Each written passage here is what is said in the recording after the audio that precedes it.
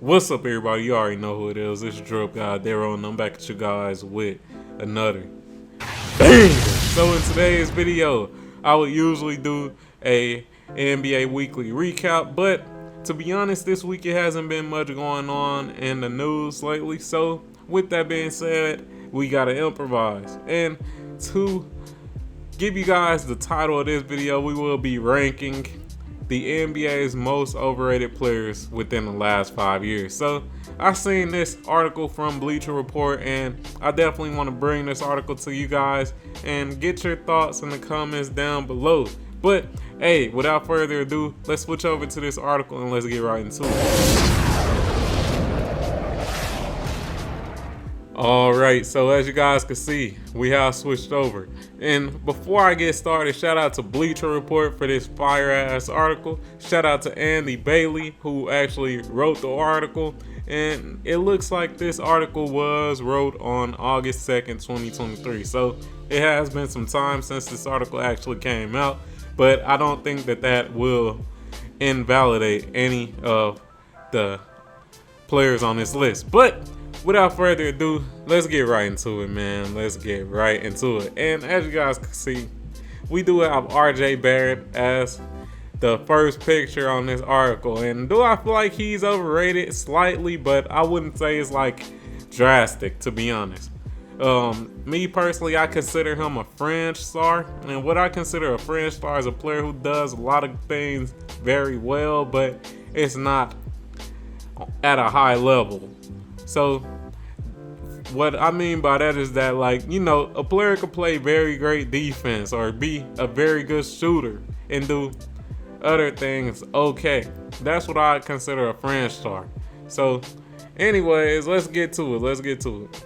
Alright, so it starts off with this a touchy subject, and it's almost entirely subjective, but every major sports league, including the NBA, contains players who are overrated. Determining who qualifies depends on a number of factors. Do they get too many minutes on the floor? Are they overpaid? Is there a general public sentiment that disagrees with the numbers? Players who check one or more of these boxes are in the mix, but again, this is subjective.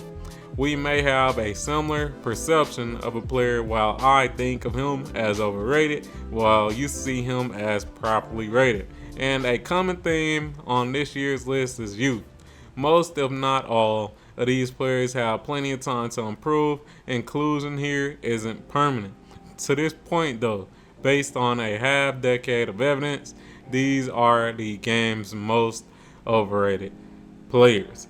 Now, before we get into this article, in the comments down below, y'all tell me who y'all think go be on this list. Once again, in the comments down below, who y'all think go be on this list. The writer gave us a hint. He said that a lot of these players are going to be young. So, hey, get down there in the comments before we start. But let's switch back over and let's get into it, man. Alright, so let's scroll down. Let's see what they talking about. Luguentz Dort. Now, why do I feel like Luguentz Dort is possibly overrated? Now, as we all know, he is great when it comes to defense. But I think the thing that may have him on his list is just his offensive capabilities. As we know, his offense has been a work in progress when it comes to shooting and all of that. But let's see what they talking about. Alright, so it starts off with Luguentz Dort is mostly lauded for his defense, and that's probably warranted. Dunks and threes, defensive estimated plus minus, one of the most trusted catch-all metrics in NBA front offices, has had him in the 83rd percentile or better in each of his 4 seasons. And his defense has been more than enough to overcome his offense and make him a generally positive impact player, at least according to that system. But Dort, 24, has been one of the worst high-volume shooters in the NBA during his career. That pretty much tells you it's the shooting, man, like I said. But let's continue reading. Among the 69 players who've taken at least as many threes during Dort's 4 seasons, he's tied with RJ Barrett for 67th in effective field goal percentage. Only Dylan Brooks is worse. Dort's 47.6 mark there is 6.2 points shy of the league average. All right, so it mostly comes down to his shooting, but it looks like there may be a little bit more here. Let's read into it.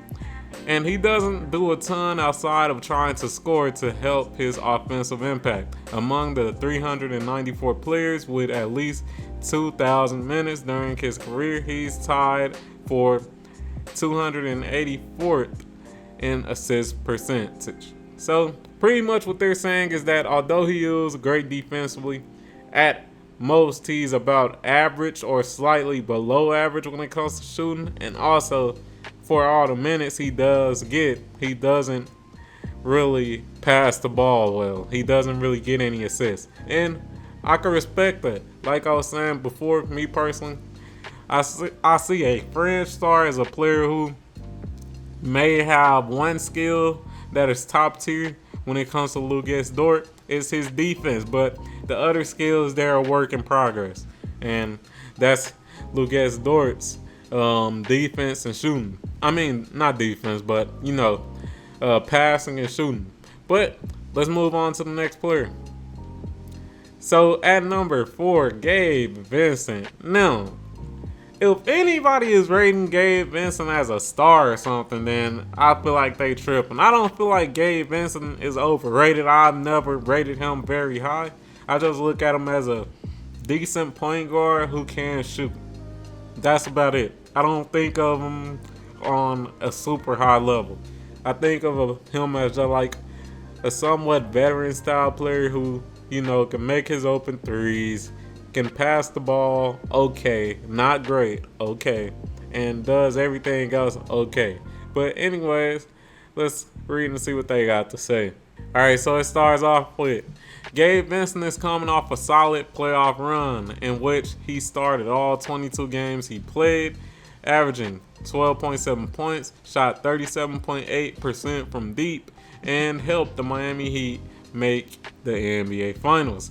That was enough for the Los Angeles Lakers to give him a 3-year, $33 million contract and have ESPN's Kendrick Perkins call them the winners of the summer for signing him. Now, before we even continue, I don't think that ESPN's Kendrick Perkins called them the winners of the summer for just signing Gabe Vincent. Like, you gotta think about all the moves they made. They got Taurean Prince, a solid 3-and-D player. They got they signed my boy Austin Rivers for a solid deal. They got Cam Reddish for a decent deal. Like, I don't think that's the reason why Kendrick Perkins called the Lakers winners of the summer. But anyways, let's continue. He also declared Vincent as Miami's second best player, but we'll leave that one alone for now. Obviously, let me attack this real quick. Obviously, Vincent is not Miami's second best player. That's Bam Adebayo. Let's just keep it a buck. It is Bam Adebayo. But let's continue. Vincent, for the full mid-level exception, is probably a fine bit of business, and he could well continue to play at the level he did during the 2023 playoffs, but he isn't likely to start in LA, and his career numbers suggest that postseason run may be an outlier. Vincent is 27 years old and has career marks of 7.7 points per game with a 49.9 2-point percentage and a 33.9 3-point percentage. And while those are definitely dragged down by 2 seasons in which he was fighting for his life, his 2022-2023 stats are much better, 9.4 points per game with a 51.2 2-point percentage and a 33.4 3-point percentage. So pretty much what they're saying is that Gabe Vincent, he did have him a good postseason last year, but besides that, he hasn't been that great. He's been average or below average at best. And that's what they're saying also. We all do know that Gabe Vincent is undersized, so with him being undersized, he can be a defensive liability. That's what they're saying. Me personally, I don't think Gabe Vincent is really that overrated. To me, I've never rated him just super high. I do think a lot of people, if they do have him rated high, it's just because he was on that Miami Heat team, which a lot of their role players are overrated in a sense. But anyways, let's scroll down. Let's see who next. DeAndre Hunter. Now this one hurt my soul, but I know why it's DeAndre Hunter, man. DeAndre Hunter is just like, he doesn't have great vision when it comes to passing the ball. Also, he is always injured. So I could see why he's on that list, man.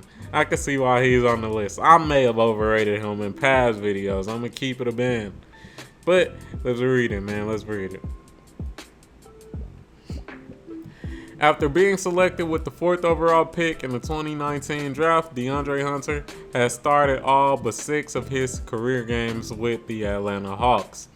As recently as last summer, ESPN's Adrian Wojnarowski reported that he and Trae Young were the only untouchables on the Hawks roster. He's even been compared to Kawhi Leonard. But the reality is Hunter hasn't quite lived up to any of that. A 13.9 point career scoring average is solid, but his 3-point percentage is below average, and his ancillary contributions are almost non-existent. Among the 394 players with 2,000 plus minutes during his career, he's tied for 341st in assist percentage. Since bringing up the rank may not be fair given the fact that he plays with Young, it's also worth noting that he's 255th in the group in rebounding percentage, 341st in steal percentage, and 268th in block percentage. In other words, Hunter has to do more to warrant his position in the core of a team that should be perennial playoffs. That should be a perennial playoff team with Young on the books. So they're pretty much stating that although he may do a couple of things well, he doesn't do them great. He does pretty much everything average in a sense. And I agree. Like I said, I might be one of them people who overrated him. But I could see him being on this list. Let's keep it moving. RJ Barrett. Alright, man. Let's see what they got to say. Out of all the players on this list, I think RJ Barrett may be the least overrated out of all of them. But let's read into it. Career averages of 18.1 points per game and a 2.8 assists for a 23-year-old player with 270 stars sounds great, but RJ Barrett has been one of the worst shooters in basketball over the course of his career. And his overall impact on plus minus has been absolutely dreadful for the New York Knicks. During his 4 seasons, only 15 players have logged more total minutes than Barrett, and that might actually contribute to his rank in points added by field goal shooting, defined by basketball references as the number of extra points added by field goal attempts made above league average. So what they're saying is that he's an inefficient scorer. That's pretty much what they're saying. He may, throw up a lot of shots, but even though he does throw out a lot of shots, he's not always making them. So with that being said, I can understand that. I can definitely understand that. And let's scroll down and see who else is on this list. At number 1, it looks like we have Dillon Brooks. And do we even really need to talk about Dillon Brooks, bro? Do we even really need to talk about him? Come on, man. I see what they talking about, but a lot of this stuff we already know. Alright, so let's see. Despite famously poking a bear and almost immediately getting mauled by one in the playoffs, the Houston Rockets signed Dillon Brooks to a 4-year, $86 million deal this summer. And let's keep it real. More than likely, for the most part, he's on this list is because of just the amount of money he got. Obviously, he's overpaid, and obviously he can't shoot. We seen that in last year's playoffs. The Lakers, they would leave that man open and he would just brick everything. Every 3 he shot, damn near every 2 he shot, it would be a brick. And I obviously understand why he on this list. But hey, with that being said, y'all tell me what y'all think about this list. Do y'all feel like all these players are overrated on this list? Who do you feel like was the most overrated on this list? Y'all tell me in the comments down below. But with that, I hope you enjoyed the video. Like the fucking video. Comment on the fucking video. Subscribe to the motherfucking channel. Turn on notifications and all that good stuff. And I'm out. Peace.